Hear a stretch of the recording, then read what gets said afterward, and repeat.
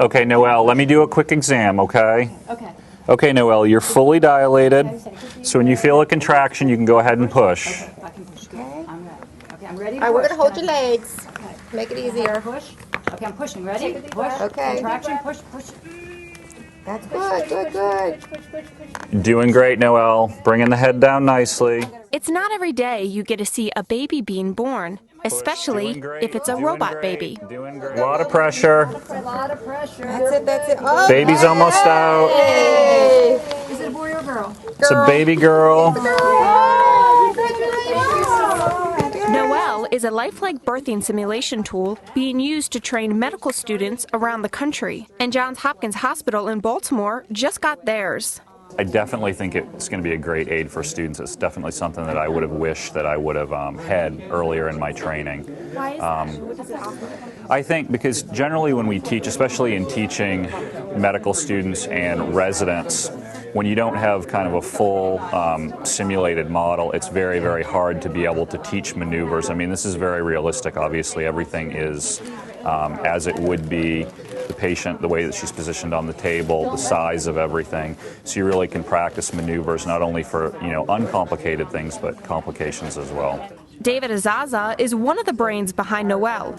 She's been under construction for 2 years and is now being used in real-world settings like this one, which Azaza, along with the Hopkins team, says is necessary because it's better to learn and to make mistakes on a robot instead of a real person. We can use her for medical education, we can use her for residency education, we can use her for new nurses as they come on the team, but most importantly, we can use her as a mechanism to study the team as they work together during a birth process and especially during a high-risk situation.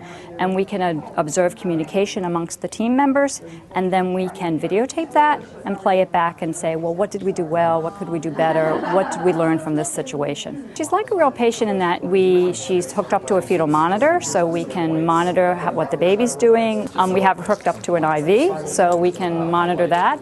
We can actually draw blood from her.